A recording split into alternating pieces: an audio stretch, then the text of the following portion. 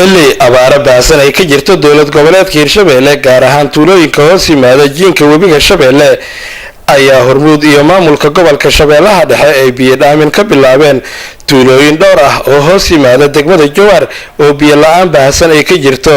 waxaana shirkadda Hormuud ay tuulooyin dhowr ah oo hoos yimaada degmada Jowhar ka bilowday biyo dhaamin iyadoona biyaha ay booyadaha ka qaadayeen gudaha magaalada Jowhar Ahmed Barro Warabi ayaa sheegay in dadka ku nool tuulooyinka jiinka webiga Shabeelle ay biyo la'aan hayso isla markaana ay maanta biyo dhaamin ka bilaabeen waxa maanta halkan isugu nimid ilaa maadiis inaan bilowno maadaama biyo dhaamin maadaama ay ariga ka jira jilaal iyo biyo la'aan ay ka dhaceen oo webiga hadda uu biyo la'aan yahay dadkina oo ku bilowday shuban biyood maadaama aysan haysan biyo nadiif ah ayaa Hormuud Foundation waxay garatay inay ka qayb qaadato oo dadka biyo nadiif ah siiso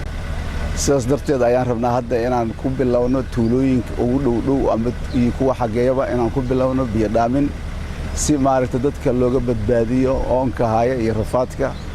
inta tabartayna marka waxaan rabnaa in aan hadda bilowno mar dhow insha Allah Abdullahi Yusuf Aloof gudoomiye ku-xigeenka gobolka iyo gudoomiyaha maamulka gobolka Shabeellaha Dhexe Ahmed Meere Makaraan ayaa iyana dalbaday in laga qayb qaato gurmadka abaaraha ka jira gobolka Shabeellaha Dhexe waxa kale oo u baaqaynaa ummadaha kale oo waxay cid walba waxay satana inay gurmad ay u fidiso ummadan ay ku haysato dhibaatada abaarta iyo biyo la'aanta ay ku haystaan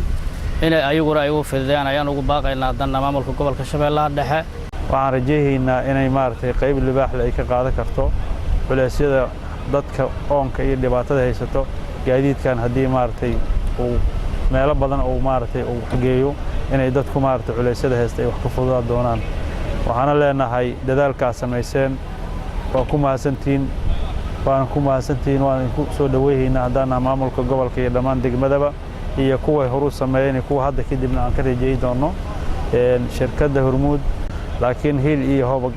waxaan la taagana dadkeena dhibaatada haysato inaan garabkooda istaagsanahay waxa la waxaan qaban karnaa aan qaban haduu Ilaahay ila aadna u mahadsantiin Ismaaciil Cabdulle Sabriye Universal TV Jowhar